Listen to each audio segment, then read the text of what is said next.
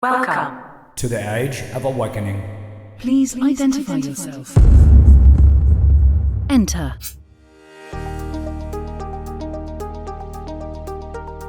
Hey, Triple P Nation, welcome back to the podcast, where this week we're going to explore the tools, tactics, and strategies to help you achieve personal and business mastery.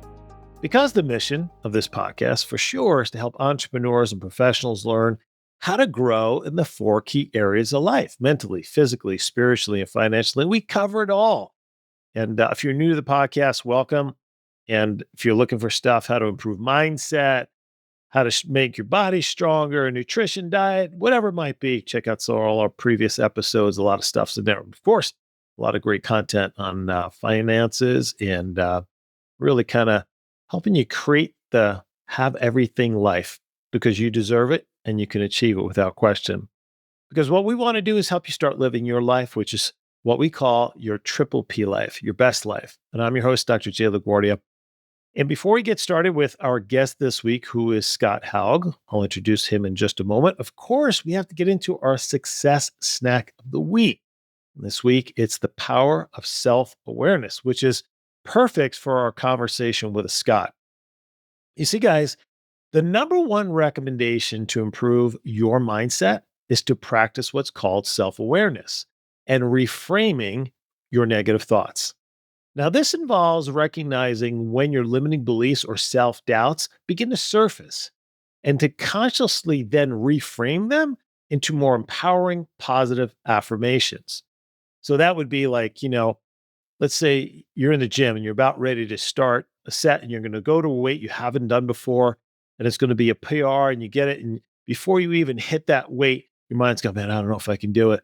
What if I can't do it? What are people going to say? What are they going to look around me? What are they going to think? Who cares? Right? So positive affirmation. I'm going to go in there and I'm going to bust this thing. I'm going to give it my very best. And if I only get one, great. If I don't get one, that's fine too. I'll come back next week and do it then. See? Reframe it with a powering thought. Reframe it with a positive affirmation. Reframe it with positive energy. So that's a really good example. There's many, many others. But the key is here, the shift. You want to shift from negative to positive, because that's what's going to foster your growth mindset in every aspect of your life. Whether you're stepping into a sales call, whether you're about ready to work on something to grow and expand your business, whether you're working on your health, or whether you're making changes in your diet, it doesn't matter.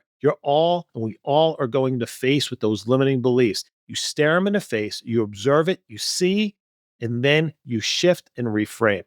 So you first have got to be aware, right? Self-awareness, intentional to change, and then you'll begin to see a significant shift in transformation in every aspect of your life. Now, as I mentioned, my guest this week is Scott Haug. Scott is a master in the art of manifestation and the law of attraction. You know, I love this topic, right? So through his online communities and his social media presence, he's taught thousands of people and entrepreneurs to reach their next level of human potential. Scott is a thought leader in shifting mindset and is renowned for his ability to show students how to apply this knowledge in a way that's really impactful. You guys are going to love it. He's on YouTube, TikTok, Instagram. He's really become very popular in providing a visual path to achieving real results through manifestation and using the law of attraction. You know, I love this content. Scott and I have a very spirited conversation about the science of manifestation, about how overcoming past traumas, and how to use manifestation and mindset to grow and expand your business. So sit back, relax, and enjoy my conversation with Scott. As I mentioned this week, my guest is Scott Haug. Really excited to speak with Scott. Scott is a master in the art of manifestation. You know, we talk a lot about that here on the podcast, and I'm really looking forward to his take on this and his expertise, so we can learn something new and different, maybe how we all can become better at manifestation and really being able to attract and create those desires that we want in our life. And especially as we're in fourth quarter, we've got to start thinking about 2025 and our goals and what we want to accomplish in our health and with our fitness and with our, businesses or careers. Now's the time. You don't want to wait till January. That's what people who don't succeed do. So Scott, welcome. Thanks, Jay. I really appreciate having me on and looking forward to an energetic conversation for sure. Absolutely. So tell me how you got involved with this work. Cause it's not something that usually somebody wakes up one day and goes, I'm going to be, I'm going to work on manifestation. Yeah, most people when they hear that, they're like, "What are you into? What is that?" Right? It sounds crazy to most people. So, it's a story that I think a lot of people will relate to where you have the dream idea of, your promise, go get a job, go get a great career, save up for retirement, have a family, etc., right? And this big promise. And I was let down by that big promise by like most people are when you do the university thing and you get your first job and I was in a cubicle and the first month in, I was like, this can't be it. There's no way.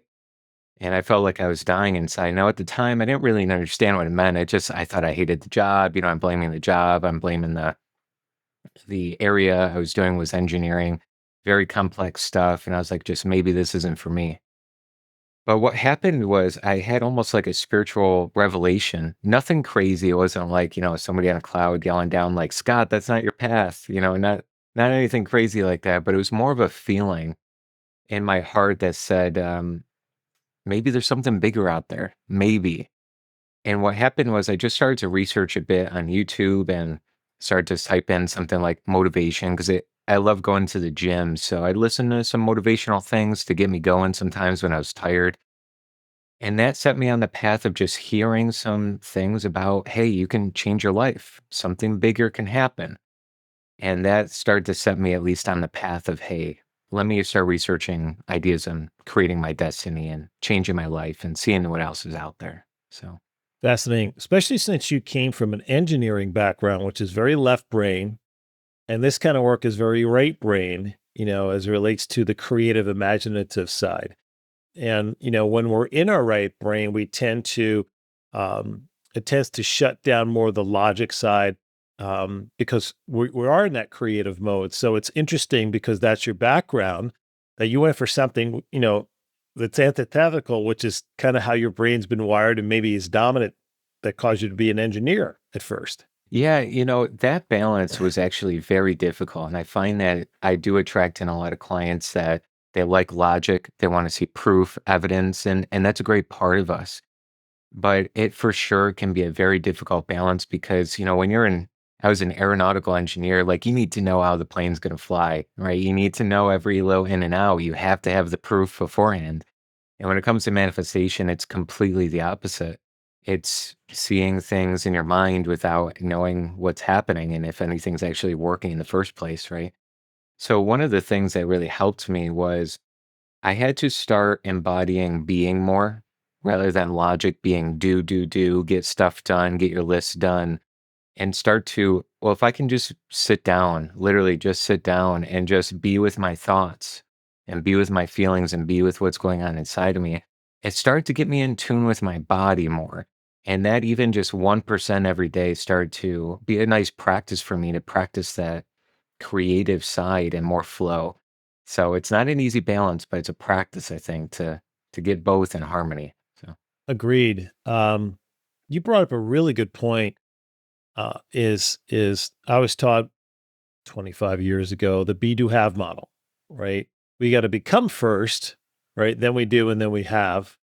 And most people have it backwards. It's I want to have something, then I'm going to do, and then I'll become this, right? Um, and I would mhm. venture, because my experience is very similar, is a lot of people that I work with who struggle don't practice being, don't spend time with themselves in contemplation, prayer, meditation, whatever it might be. And oftentimes they reach out to me is because they don't practice these tools. Is that an experience that you've noted as well? Yeah, very similar experience to yours because I think our society is so programmed in a way that we cherish results, we cherish getting things done, taking action. And when you're not that way, often labels will come out, you're lazy, right? You're sitting there meditating, you're not doing things, you're not getting things done. So it can put a label on us. I think that we start to be self-critical and self-judgmental. Well, if I'm not doing something all day, or if I'm not grinding out at three different jobs today, must not be significant, or I must not be worthy of success. And I think what it really comes down to is that you have to first, number one, accept the idea that If you can have a little bit more being, at the very least, you're going to create a little bit more peace inside yourself. And I notice that even with health, when a lot of people are grinding, or when I was nonstop, you're so out of your body, you're almost pushing all your energy out all the time. So your health can be a little up and down, your exhaustion levels, fatigue.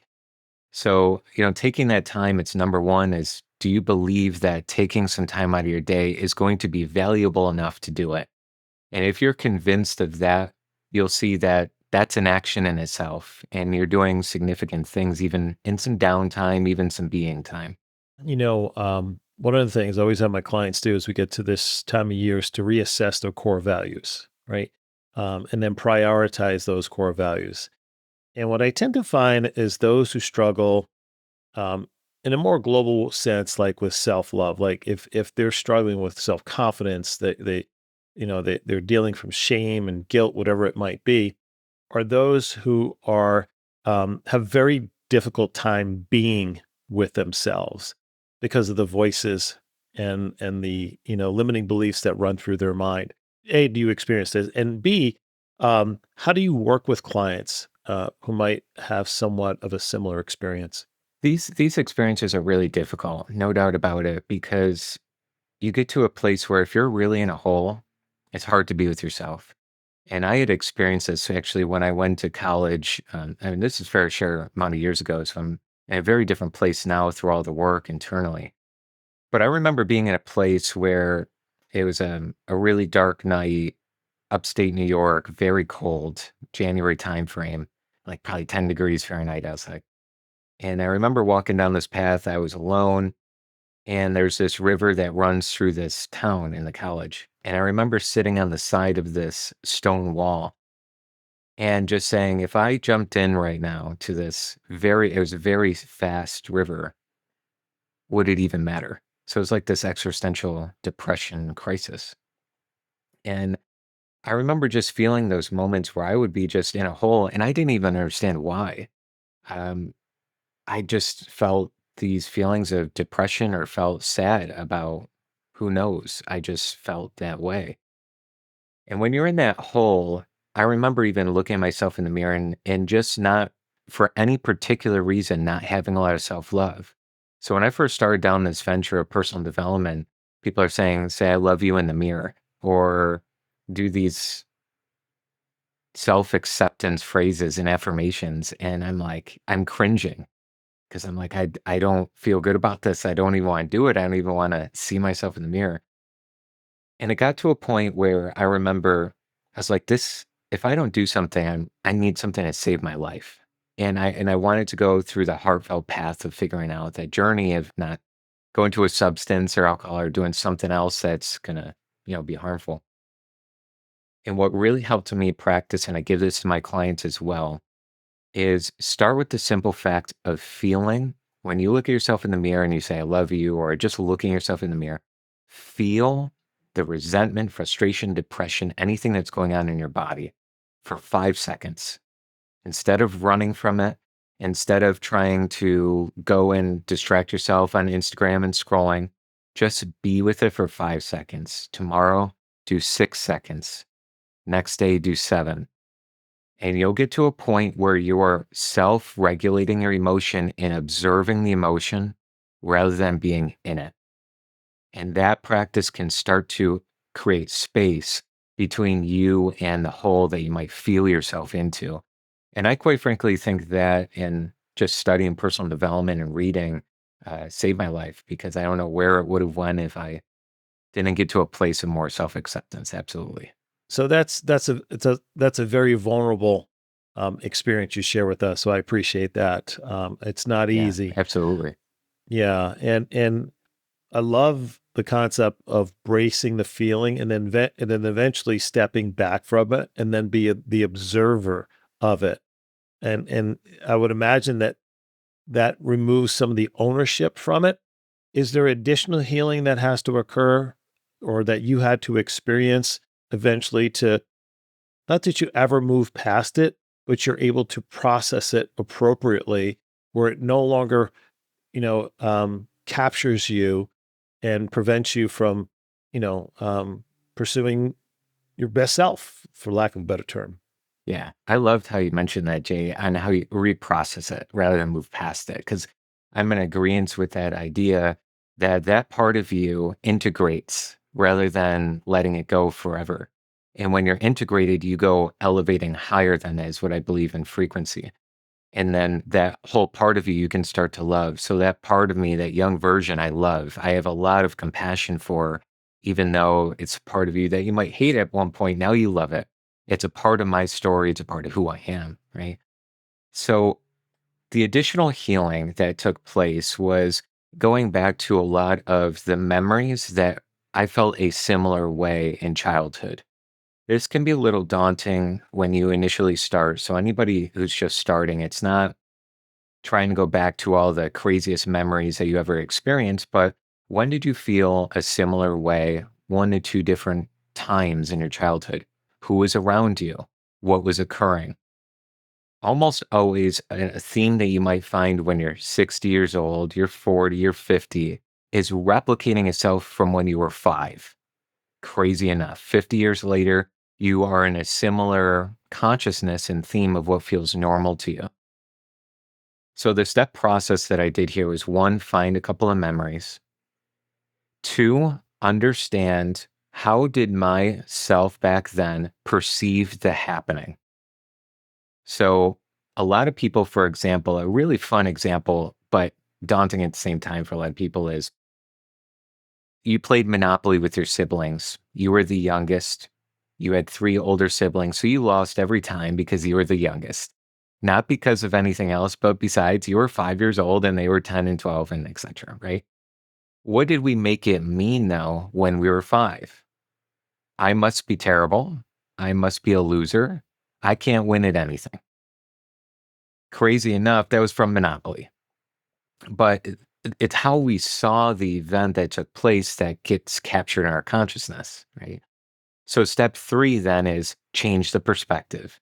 And you do it at an energetic level where you see those involved forgiving or apologizing or sharing to you, hey, I was really immature back then to say these insults to you about how bad you were at Monopoly, and it became a huge theme in the family. So you see them getting to your level and changing the perspective that it wasn't to do with you, it was to do with the environment and what was going on.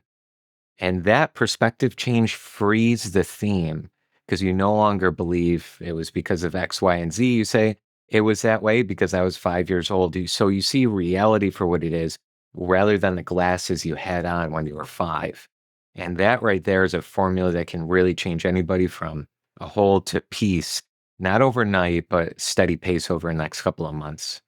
I agree wholeheartedly with that because I had a very similar experience from childhood trauma, processing it and experiencing it. And first, really, I mean, I pushed it away because I didn't deal with it. I was lying to myself that it didn't matter.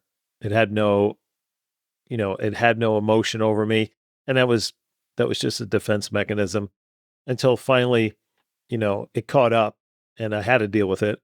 And so going through that process and realizing what that boy went through, right?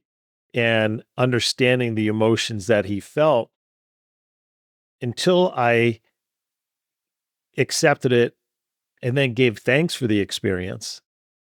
Because part of the process of moving through it was that it's part of who I am, but it's making me who I am today as well too. And that's a good thing.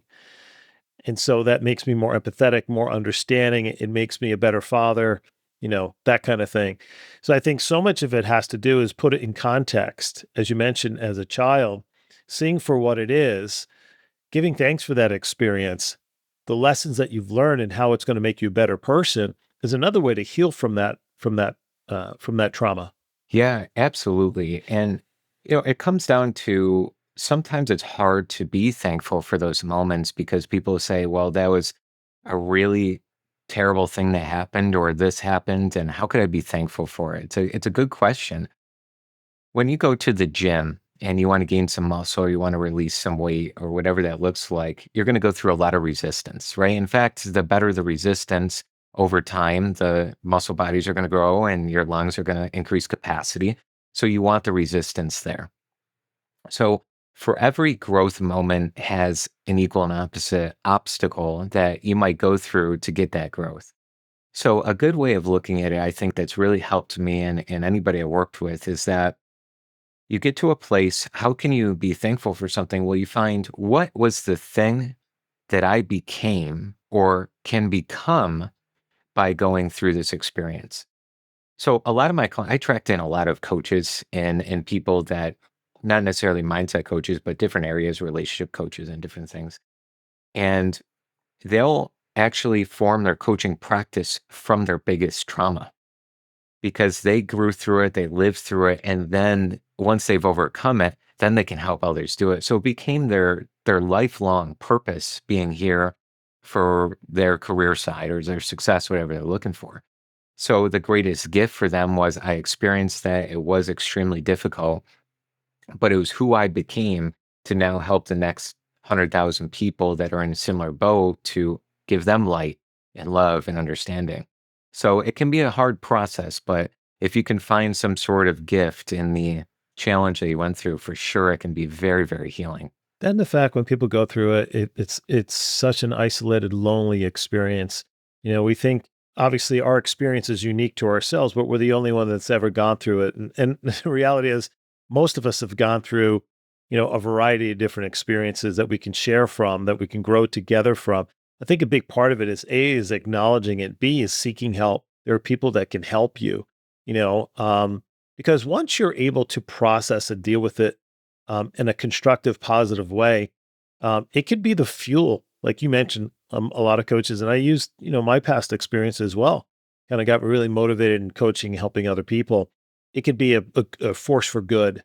And so once you're able to kind of put that together, it can really be a positive benefit for not only as you heal, but for the people that you get to influence. Yeah. And it doesn't always have to become even coaching. It could be that, like you said, you become a better father, you become a better husband, you can become somebody greater or larger than who you were at that time for sure. So a great gift can even just be who you've become in your personal life. And even if you haven't become that person yet, how could you utilize any of the challenges or opportunities that have come your way in order to elevate to that level? So it's a little work in progress, but it can help you towards that end. So when you work with clients who are analytical, logic-based thinking, maybe, and they say to you, "Hey, is there any science base in this stuff?" What do you say to them?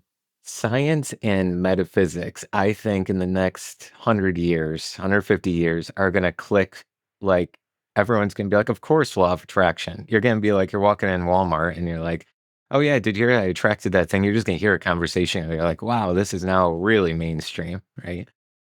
So I do believe that there's science really evidence based that can share and represent a lot of manifestation law of attraction.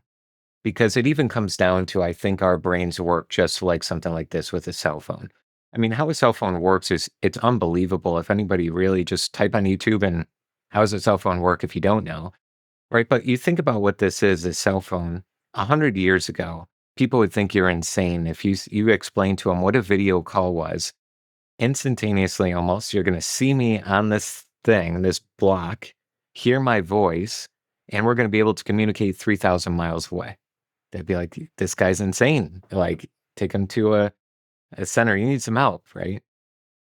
So we often don't want to believe things that seem out of this world or crazy. But what if in science, especially in quantum realm and quantum physics, it explains how energy is omnipresent. It explains how there's some sort of energetic ties between us all. It explains intuition. We've all had it when you felt something on your shoulder when somebody went by, or you could with your spouse, you could kind of feel what they're feeling before. I mean, how can you explain this mental phenomenon, right? So I always say for anybody that doesn't believe, thank you for not believing because skepticism is good in a good way. You don't have to believe everything. look at it with some judgment and say, what can I do about it? But when you come with a skeptical mind, look at all the things that are invisible right now that look incredible and say, what if our minds worked similar? What if we were connected? And just go down the rabbit hole of curiosity and interest rather than the closed mind. You don't have to believe it, but if you stimulate curiosity, that'll at least get you down a path of, let me see if I want to believe or not. Sure. Yeah, I totally agree with that. Quantum physics, the root quanta is bundles of energy, and everyone, I would say most people would acknowledge that um, thoughts have energy. And so the more empowering a thought we have, might it be love or joy or happiness, um, that energy tends to vibrate at a higher frequency. Not tends to, it does. It vibrates at a higher frequency. Conversely, anxiety, fear, depression, those emotions vibrate at a lower frequency. And so, as you talk about the law of attraction, like tracks like, if you want more of those things, we need to be capital E, it, right? And then we get more of that. We attract people and places and things that replicate that. So I just say, you be your own um, little research tool. Go around, right? Vibrate at a high level for 4 or 5 hours and tell me, your experience isn't a positive one. Not saying that life is always going to be perfect, because it's not. And then try the opposite and see what you get. Go home, be kind of ornery and to your spouse, see how well that goes. You can almost see it occurring in your own life based on the motions you're emitting, right? And how you're vibrating. Yeah. That's just a fun practice overall. Cause like you said, just be your own experimenter, give it a shot. One of the cool stories I always had was with my clients. One of them was a big non-believer and we were going through practices and it just wasn't really working out early on. And I was like, let's do this one practice. I want you to really be thankful. You're going to put your hands over your heart just to kind of feel your body a bit. And I want you to remember a time when your son was born or when you got married or, just amazing time where you took this dream vacation. Go back to that place. Okay. Tell me about it. What were you feeling? What'd you see? What were you listening to? What could you smell? Really put yourself there. Use your senses to get back in that imaginative place. And he started talking to me a bit and explaining this whole realm, and it was amazing and all this other stuff. And I said, well, sense in your body right now, how are you feeling? He said, I'm feeling joyful. I feel a lot more love. I feel good. I was like, that's it. That's manifestation right there. You change the body chemistry inside of your body through the thoughts you were having. It's that easy. Even if you want to believe in the etherical side and universe helping you out and everything, at the very least, if you had a better thinking, you would feel better about yourself. And when you feel good, you're motivated, you want to take action on your business or you get a new job or do better at your job. At the very least, you're going to live a better lifestyle. If you were pessimistic and complaining and everything else, at the very least, you're going to live a less of a lifestyle overall. So just take that and run with it. And he became one of my best students and believers ever because he ran with that. And he's like, what else can I do here? He started to get really motivated.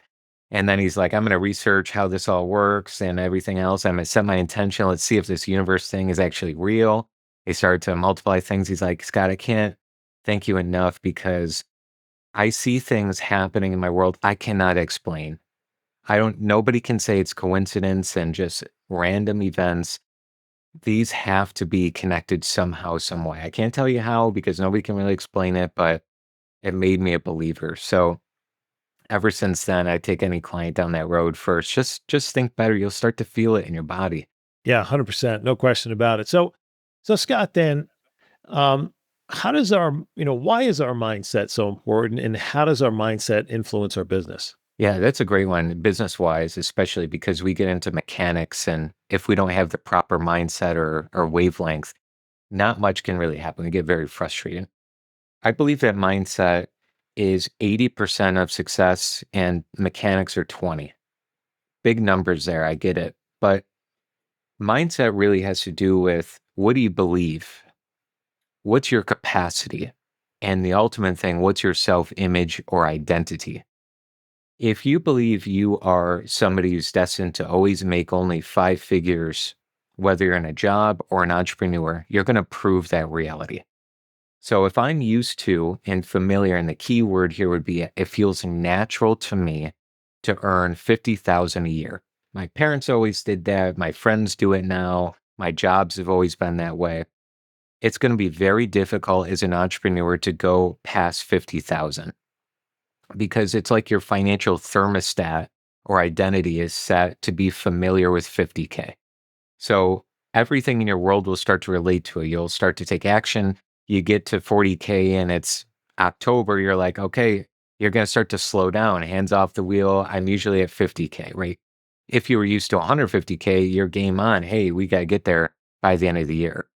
So it's going to influence how much you take action in the business, what risks you take in the business, what team you create if you're leveraging more, all based on this identity or overall mindset. So I think it has a significant amount of outcome on what your income's going to be and how things unfold in the business overall. I would agree with that. As somebody who's owned a lot of different businesses, you know, if you already start from a concept that you're defeated or you won't succeed, or you're destined to um, perform at this level but nothing beyond, you're exactly right. That's what you will create. And so if you want something new, you have to think and be different to get something new. I've always said that businesses follow people, and only growing businesses, or I should say, only growing people grow businesses. Because if we're stagnant in thought, action, and word, our businesses are going to be stagnant as well too.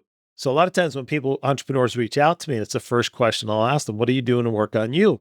And they're like, "Well, wait, I called you about my business." And I said, "I'm talking about your business." Yes. You could take all the action in the business, right? You can say, I got the best ever technique on marketing. I got the thing, the next thing in AI. I got the next thing this. And some of it will maybe change some things in the business. Sometimes things will click. But so often I'll run into entrepreneurs myself. And when I was starting to be an entrepreneur as well, I'm like, what's going on here? Because this person over here is doing the same technique, the same ads, the same marketing, the same content. And I'm over here trying to do the same exact thing and they're blowing it up. They have all these people, they got viral videos, they got ads working it. And what's different, right?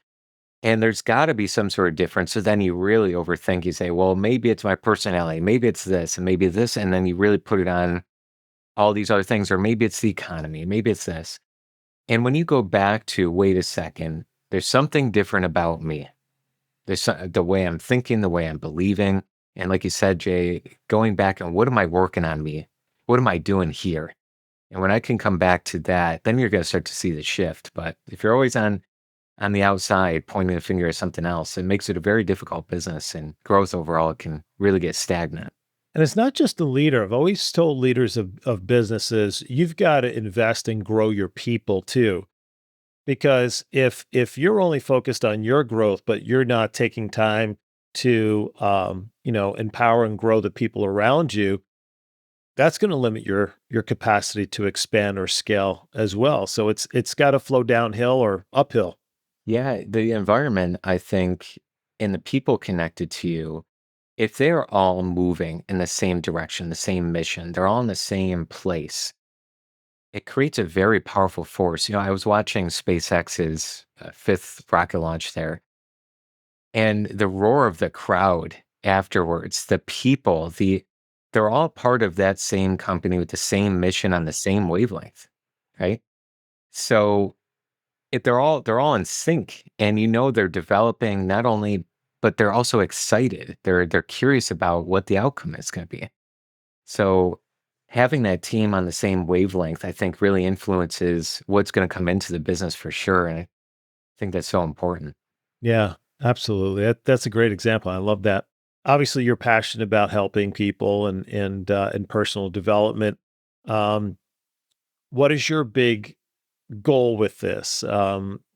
Specifically as it relates to serving your clients and for you and your business in the future. The mission I'm on right now is that I would like to see a personal development course in every major household in the world. I'd like to make it normalized in such a way that every person's coffee table has got that curriculum. It doesn't have to be that one curriculum, but it's so normalized that there's something there. You grow up and it's normal. You grow up to want to grow and know that it's going to be an impact. So everything that I'm doing now based on content, the clients I work with, my courses, programs, is all to go towards that mechanism end. Where can we find a way to create a very reliable, predictable system that can work for everybody, regardless of who you are, regardless of where you're from, in a way that you can see changes in you visibly, see a result that you want, and ultimately understand yourself more, understanding who you are and how to grow. So that's the ultimate thing. I wake up in the morning and that's what I'm thinking about. That's where we're trying to head. So I love that. So you and I have very similar missions because mine is to bring it into schools, start with kids as early as possible. Just like they're learning how to dribble a soccer ball or to, whatever skill set they're looking to improve, play the piano. I want to provide them the skill sets to improve and create a growth conscious mindset, an empowering mindset, how to be in control of your emotions, how to be able to, you know, um, objectively create a reality in their life by using the power of thought and the power of their energy. So we have very similar missions. love that mission. And that's so huge. The school, if you can really impact the school system, that will have a ripple effect beyond anything. So right on board with that, Jay. I love that. Yeah. So thank you. So I'm interested in talk to us about some ways that entrepreneurs can improve their productivity. What do you do to help them in that realm? Productivity is a great topic because if you can be even two times more productive, you can really be in a place where you're not only going to get more things done, but you're going to be in a better place. You're going to see faster progress, and leverage is absolutely key. So leveraging you is kind of what we're doing with productivity. First thing, always eliminate.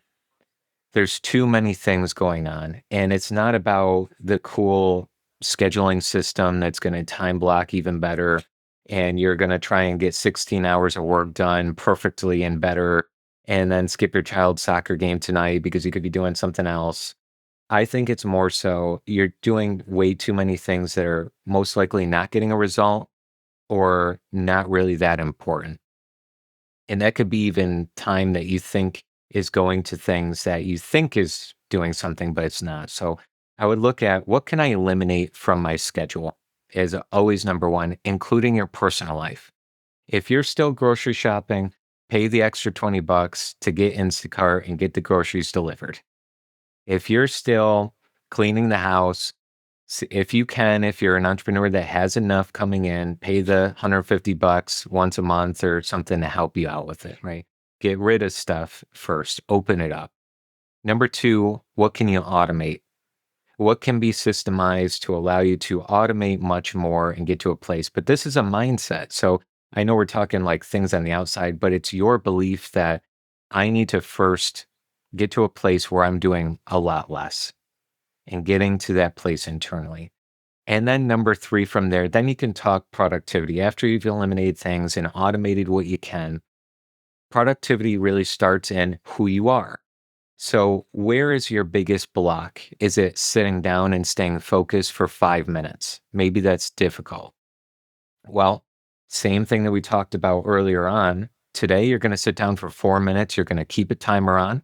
You cannot get up. Have the discipline to stay right there. And if you're writing and you have writer's block, just start slamming away at the keyboard and it's going to be gibberish and it's going to make no sense. Fine. Just keep staying right there. Tomorrow, do 5. Next day, do 6 minutes. So step 3 there is find the block and then stick to something consistently over 30 days. And by the time 30 days goes around, you've eliminated a lot of stuff, you've automated a couple of things, and now your mind is able to stay focused. Because I found with my clients, the number one thing is they just don't stay focused for long enough consistently. So that will be a good arrangement to help productivity at least initially get going. Yeah. Great recommendations. Yeah, to get into that flow state where you're at your highest level of production and you get the most amount of most done in a relatively short amount of time. I find two things. One is it's got to be activities that are in line with your highest values, because when we're doing those, it doesn't even seem like work and time just seems to fly by. You get done and you got a crap ton of stuff done. You look up and you spent 2 hours and it feels like it was 20 minutes, you know? So that efficiency was, peak right there. Um, and then the second thing, and you really nailed it there, is you got to remove all the distractions to be able to get into that flow state. That's turning the phone off, right? So all your notifications on your computer, because even sometimes, and I'll forget to turn off the notifications, I'm writing and all of a sudden two messages pop up and I look up and I'm immediately at a flow state, immediately, because my eye level changed and I went from right brain to left brain, right? So now to get back into where I was in a flow of content, I was like, what was I going to say? You know what I mean? So the elimination of the distraction is so key. Right, you're all stuck. I have my clients do one major thing. You already said it. I love what you're saying here. It's take their phone and take a whole weekend and get rid of everything they can on here. In fact, a lot of people with their phones, they'll have personal development, they'll have their goal is their screen and everything else. I say get rid of everything. I have a black screen on my homepage. I got just, the basic apps that I can't get rid of on the bottom, like call app and everything else. That's it. Delete the apps, delete notifications, get rid of everything. And then the big one is email as well. I can't tell you how many clients, I'm like, how many emails you got in your inbox? And they check it out to 120,000, 50,000. Like, oh my God. Right. So I'm like, number one, if you need to, we're going to delete the email. If you can't do that, every day you're going to unsubscribe from 20 things. And they're like, oh my God, but I'm going to miss out on this great info. I'm like, you're not utilizing anyways. It's too much. Get rid of it, unsubscribe, because that's a big one as well. The phone and the email, those two distractions right there will keep you tied up all day. And like you said, go right to left brain so much. Yeah, because it throws us in chaos, and you can't create out of chaos, and chaos creates paralysis as well too. It's funny. I had a similar experience too. I was having lunch with a client, and we were sitting and waiting for an Uber, and she pulled out her phone, and I said, "What are you doing?" She goes, "I'm checking my email," and I just looked over her shoulder. She had like 13,000 emails, and I said, oh my God, I'm having palpitations looking at your phone." She goes, I know, I need to take like, a day and go. No, you don't. Hit select all and delete, because if you haven't looked at them now, they're useless anyway. Yeah. It's so funny. Oh, as it being human beings, we have so much at our fingertips all the time, right? We have so much wisdom and quotes and ideas and Instagram 5 a.m. quotes. Let's do this to get to billionaire, right? Those things. And a lot of things can be valuable, but we got to remember we still are humans with brains. We can't consume it all. And consumerism, I think, is too much. What I like to tell entrepreneurs is just be a producer. What would a producer do? Don't be a consumer. If you're consuming, you're on the wrong end of the spectrum when it comes to entrepreneurship. Yeah, and one of the things that is so critically important is planning time each day to recharge your battery.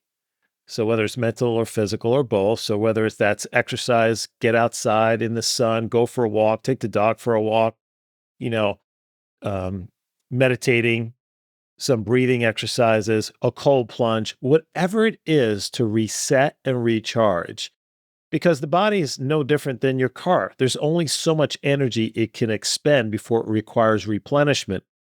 And so if you're not eating properly or getting enough rest and your mind is constantly at work, guess what's going to happen? That's what creates burnout.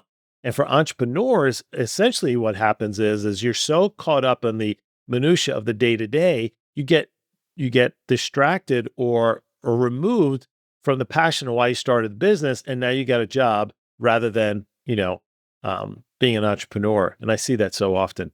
Sleep, I think for sure is the number one, 100% within this. And there was a time that, those things will trick you. Those Instagram posts when it says all billionaires are waking up at 4 a.m. or, whatever the quote might be. And it tricked me. I went on like a 40-day thing. I was like, I'm going to do this for 40 days, wake up 4:30 a.m. And I did it, but I was the least productive ever because I was exhausted. I mean, you can only do so much, right? And there was a moment I remember, there was a mentor, I said, I want you to give yourself permission to sleep, Scott. I want you to sleep as long as you can for the next 2 weeks, as long as you can. No alarm, no whatever you need to do. And I got to a place where I felt more productive, more sales, more things happening ever. And I felt happier because I was well rested. I felt good. I could go to the gym. I could get a great workout in than ever. So maybe somebody needs to hear this that's listening in. Go ahead and sleep in tomorrow and don't feel bad about it and just get your rest because it'll really impact you quite a bit. It's true. Yeah, I was part of that club for a long time, man. The 5 a.m. club, and when I first started, it helped to create the discipline of doing my daily success habits.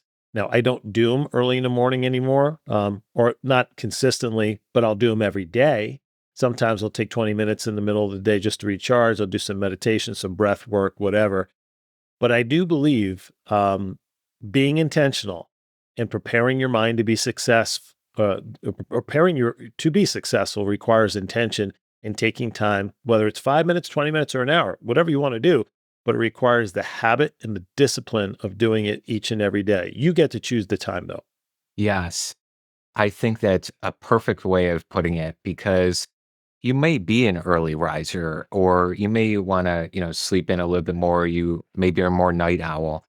And I think you said it so well. That's a principle of discipline and following through on what routine is going to work best for you, not trying to look at what other people are doing. So if 5 a.m. is the thing, go for it. Absolutely. And make that your power hour and do the work you need to do. Maybe you have a full-time job too, and you're trying to balance a lot.